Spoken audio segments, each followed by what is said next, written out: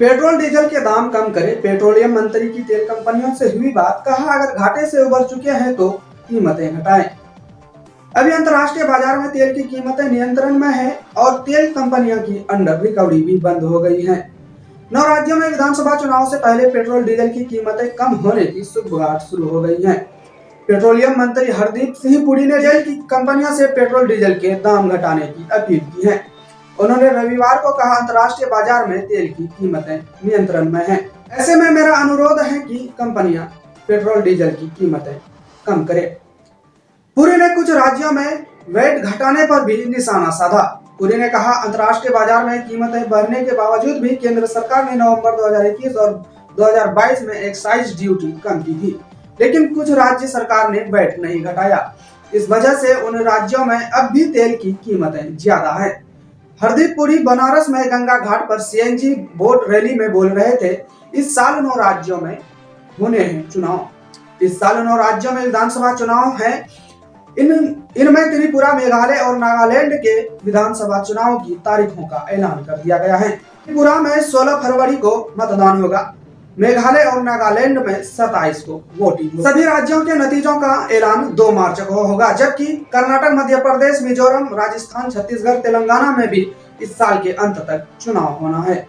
इन चुनावों को 2024 के लोकसभा चुनाव के सेमीफाइनल के तौर पर देखा जा रहा है। मध्य प्रदेश, त्रिपुरा और कर्नाटक में भी भाजपा की सरकार है, जबकि नागालैंड में मेघालय और मिजोरम की सत्ता पर क्षेत्रीय दल काबिज है। भारतीय जनता पार्टी वहां सहयोगी दल के तौर पर है।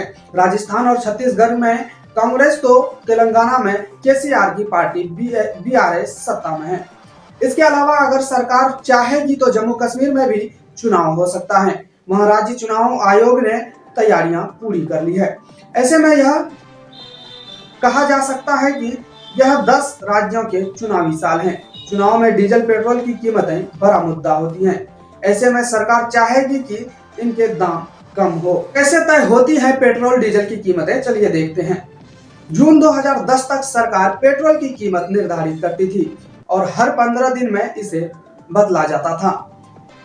26 जून 2010 के बाद सरकार ने पेट्रोल की कीमतों का निर्धारण ऑयल कंपनियों के ऊपर छोड़ दिया। इसी तरह अक्टूबर 2014 तक डीजल की कीमत भी सरकार निर्धारित करती थी, लेकिन 19 अक्टूबर 2014 से सरकार ने ये काम भी ऑयल कंपनियों को सौंप दिया। अभी ऑयल कंपनियां अंतर्राष्ट्रीय मार्केट में कच्चे तेल की कीमत, exchange rate, tax, petrol diesel के ट्रांसपोर्टेशन का खर्च और बाकी कई चीजों का ध्यान में रखते हुए रोजाना पेट्रोल डीजल की कीमतें निर्धारित करती हैं। तेल की कीमत में बड़ा हिस्सा टैक्स का। आज जब आप 100 रुपए का पेट्रोल लेते हैं तो 52 रुपए टैक्स के रूप में सरकार की जेब में जाती हैं। इससे आम लोगों की जेब खाली हुई, वहीं सरकार का खजाना तेजी से भरता गया। ऐसे में अगर सरकार चाहे तो टैक्स में कटौती करके आम आदमी को राहत दे सकती है। टैक्स वसूलने में महाराष्ट्र सबसे आगे है।